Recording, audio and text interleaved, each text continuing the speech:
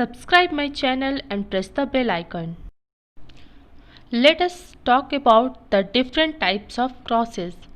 We will be talking about three types, that is test cross, back cross and the reciprocal cross.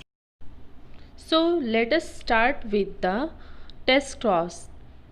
As the name tells us, we are going to be testing, and here we will be testing and trying to find out genotype of the unknown.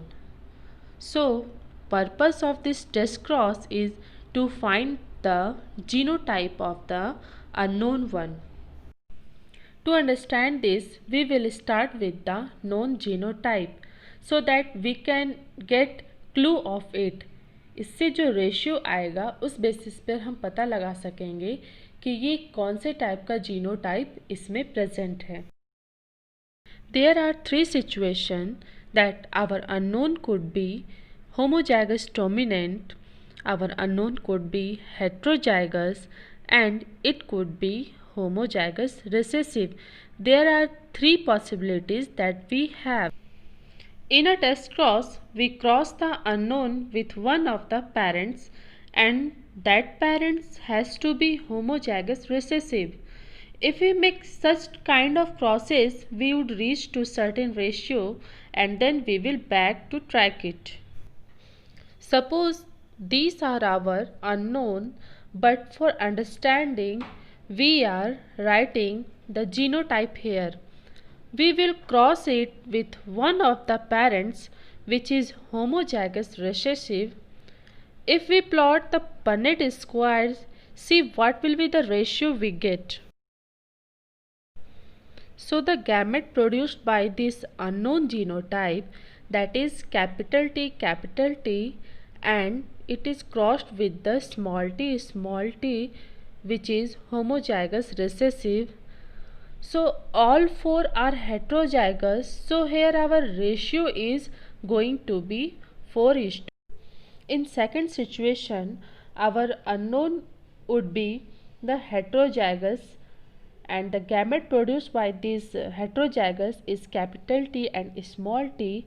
In Punnett square, it is placed in one side and it is crossed with the small t and small t. Then we will get our ratio 2:2, in which two of them are tall plant and two of them are short plant.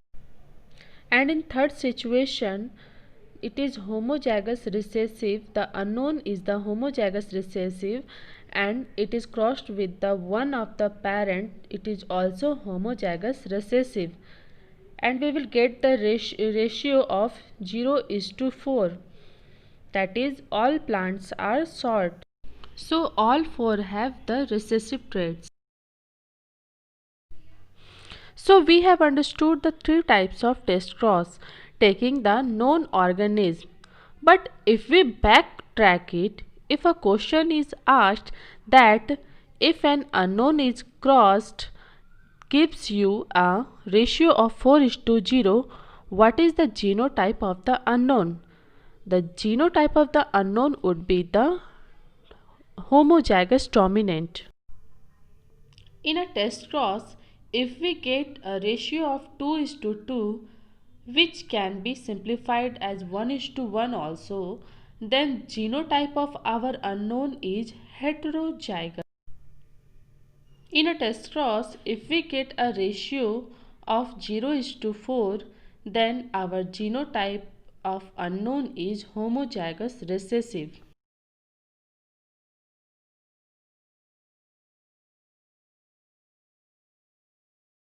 Now let us talk of the same test cross using dihybrid cross and come to the ratio. Let us take dihybrid test cross. Now, as we discussed in the monohybrid one, we started with the known genotype. Here we also take the known genotype. So there are three possibilities. It could be pure dominant for the both gene. It could be heterozygous, and it could be the recessive one also. There is a cross between the pure dominant of both gene with the one of the parents which is homozygous recessive. These are our unknown, and gamete produced by the unknown would be capital T, capital P, whereas the gamete produced by the homozygous recessive will be small t and small p, that is recessive. The offspring are going to be 16 here. All are going to be same, that means tall and purple. If in a dihybrid test cross our ratio is 16:0, then our unknown is homozygous. In this situation, the cross takes place between the heterozygous and one of the parents, that is homozygous recessive. The gamete produced by this unknown is capital T, capital P, capital T, small p, capital P, small t and small p. It is crossed with the small t and small p. 16 type of offspring are produced. We will see in row wise that all the offspring are same. In first row, we will see that all plants are tall and purple. In second row, we will see all are same, that is all plants are tall and white in color. In third row, all plants are short and purple, and in fourth row, all plants are short and white in color. The traits showing in these rows are the first row showing their dominant traits, and in second row one dominant and one recessive trait, in third row one recessive and fourth dominant for color, and in fourth row all are recessive. So the ratio is here 4:4:4:1, or we can say 1:1:1:1. In this situation, the gamete produced by the unknown is small t and small p, and the gamete produced by the homozygous recessive is also small t and small p. If we plot a Punnett square, all four rows are going to be same here, in which all plants are short and white in color, and they are showing their recessive traits. Just a recap, we are back tracing now. We started to understand the dihybrid test cross. We started with the known genotype. But if the question says that in a dihybrid test cross the ratio is 16:0, what is the genotype of unknown? The genotype is going to be homozygous for both the traits. If a question arises that in a dihybrid test cross the ratio is 1:1:1:1, then what is the genotype of the unknown?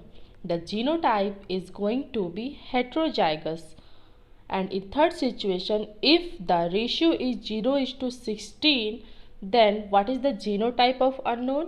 The genotype is going to be homozygous recessive. So now we know the ratio of the test cross in a monohybrid test cross as well as in a dihybrid test cross. So by knowing the ratio, we can reach to the conclusion of the genotype of our unknown, and this would be also help us to read to the ratio many times. When in genetics question were asked, they just gives us their crosses. They will ask us what would be the ratio in the exam. We don't have much time to make a complete Punnett square and count the number. If we see this, it should be clicked that this is an organism and cross with the pure homozygous recessive. So it is test cross, and if we know the genotype of this one, we can easily conclude the ratio. So it is going to helpful if test cross based question are asked or simple cross based question are asked, but the ratio are very important in both in monohybrid as well as in dihybrid crosses.